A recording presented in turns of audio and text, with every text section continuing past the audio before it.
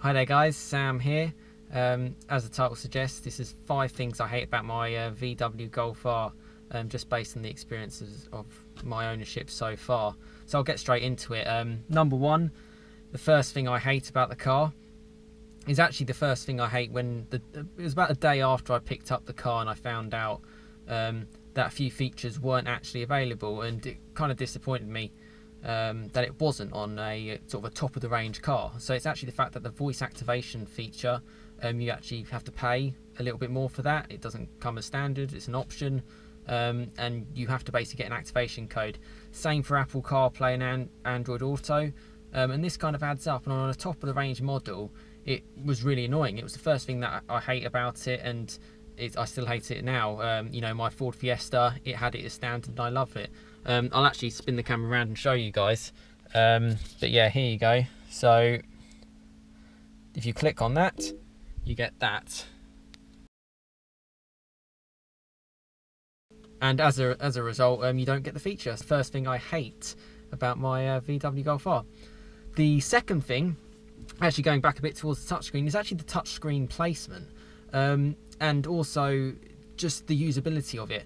I'm very much a person who's more into hard-coded kind of buttons, because they're just easier to press. They're easier to press when you're on the move, and it's just a physical button to use. And in fairness, on like the radio and stuff, it's not too much of a problem because you've got nice big squares. I'll spin it around and show you.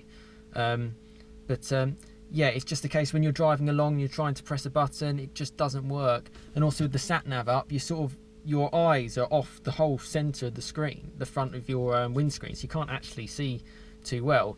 Again, going back to the Ford Fiesta, similar to where my GoPro is now, is where the sat-nav and the small screen is, and it was a better placement. And also with having physical buttons, there's no faffing around. I know a lot of manufacturers do that, but that's my second thing that I hate about the Golf R. The third thing I hate about my Golf R is the weight of the car. So again, I've kind of touched on this on other videos as well. You do lose a bit of the agility sort of in the corners, and it does feel a bit heavier. Initially getting off the line, I know it's got great traction, but you know, certainly from 0 to say 25, 30 miles an hour, a lot of sort of hot hatches, say a Fiat 500 at Bath, say a Ford Fiesta ST, you know, they would certainly be able to kind of be in distance of you just because of the weight difference. And the lack of the agility, and you do lose a bit of that fun factor, which I gained so much out of my Ford. You do kind of lose that here just from it being heavy. And yeah, the weight of it, due to the 4-wheel drive system, kind of making it not too far off 1500 kilos, is the third thing I hate about my VW Golf R. The fourth thing that I hate about my Golf R is the settings, and we're in an age where everything is going tech crazy. There's too many settings. There's settings for everything. There's settings for your kind of driving style, your steering weight, your throttle response, the exhaust valves. Yeah, settings for pretty much everything. And you know, I kind of want to get in a car, I want to turn the key and I just want to go. And I find myself, well, the first thing I find myself doing is clicking in mode, going to eco and going back to my individual setting, because that seems to start the valves up again. Whereas from standard, turning it on with it in sort of like the race setting, it doesn't make as much noise. And it's just too overly complicated, really. Yeah, and even once you get the right setup, you're still kind of faffing around. And for me, I just, you know, again, one of the things I loved about my Ford, got in it, push a button, drove off. Nothing changed really. And that's the fourth thing I hate about my Golf R.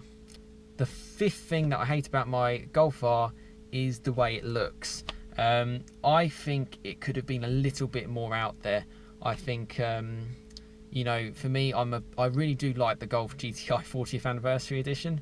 I've seen that a few times, and you know, the big spoiler and just a little bit of the kind of arches and stuff like that, and just the styling of it. It made it look like a proper mean hot hatch. I think there was a gap in between there that the Golf R could have filled a little bit better. It's a little bit too much like a standard Golf for my liking, and that's the fifth thing I hate about my Golf R. So yeah, that's kind of the 5 things that I hate about the Golf R. Obviously, this is just based on my ownership so far. You know, I've only done 3,700 miles. But that, I don't think those are going to change too much, to be fair, in my mind. Obviously, the car, I wouldn't have bought it if I didn't love it. But there are things that I really, really hate. And to be honest, you know, you're always going to have criticisms of pretty much everything kind of in life. And, you know, those are the main 5 things that bug me about this car and I hate. So, yeah, thank you for watching. You know, please leave any comments or your kind of the things that you hate about your Golf R. Obviously, this is just still my kind of personal opinion and preference. Hopefully it gives you, yeah, hopefully it helps you out in your kind of decision making as well. But give the video a thumbs up if you enjoyed it. Drop a comment. And yeah, otherwise I will see you again next time. So cheers, guys.